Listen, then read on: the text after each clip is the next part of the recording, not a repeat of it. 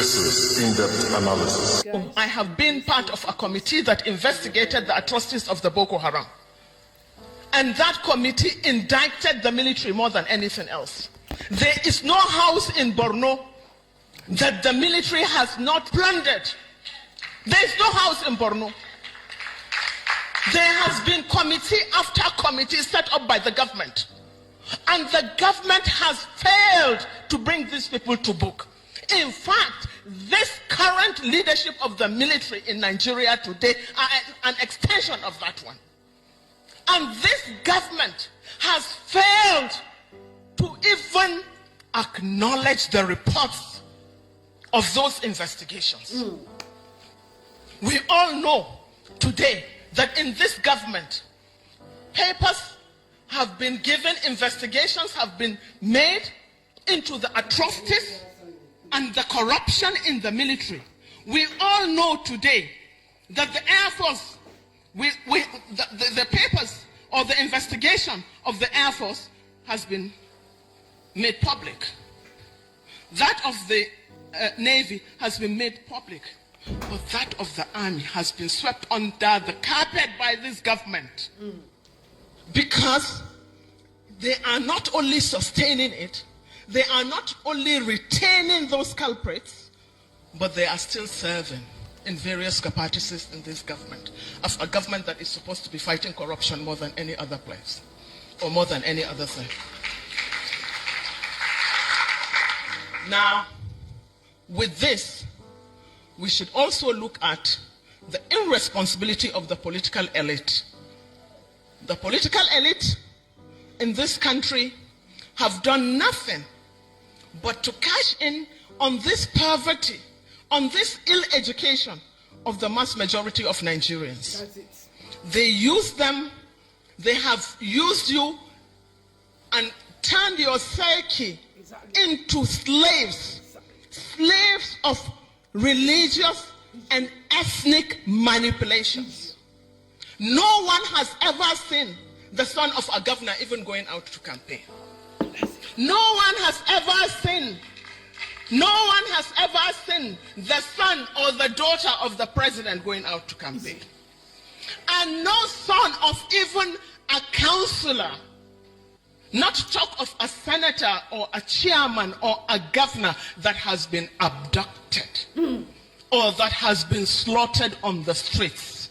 But the idiots that call themselves the masses allow themselves to be used through religion or ethnicity to divert attention, but to continue to make you into slaves that will be exploited again and again unending. So until you put into your thick heads that you are no slaves to anybody, that the resources of Nigeria is ours, then you will continue to be enslaved. You will be where you are forever, starving. I have never seen the son of the imam being slaughtered or rioting. Neither have I ever seen the son of the pastor. I don't know the difference between a Christian child and a Muslim child. Ladies and gentlemen, we can go on and on. These are the people we need. However, the crux of the matter is that we don't have a nation. As it is, we don't have a country.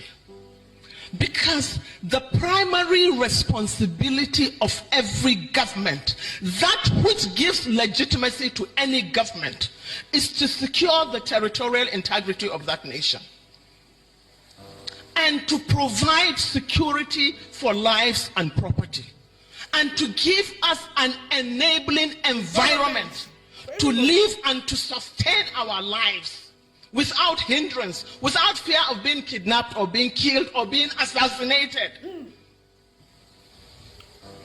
That is the primary responsibility of any government. Any government that fails to do this lacks legitimacy to govern and lacks and should be said to have failed, woefully failed. It is left to Nigerians now to decide, to wake up and say, have I been given what is duly mine? Have you received it? Or are you still parasites? Are you still slaves in your mentalities? You have to be able to think. Who is this woman? As for our military, we are demanding a thorough overhaul of this military. Anything short of this is a cahoot. Anything short of this is, to say the least, the government is a beneficiary. The people in government are benefiting.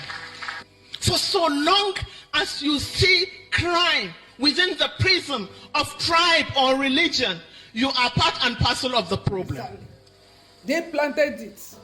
Because you are perpetuating it, you are not looking for solutions. And what does it matter?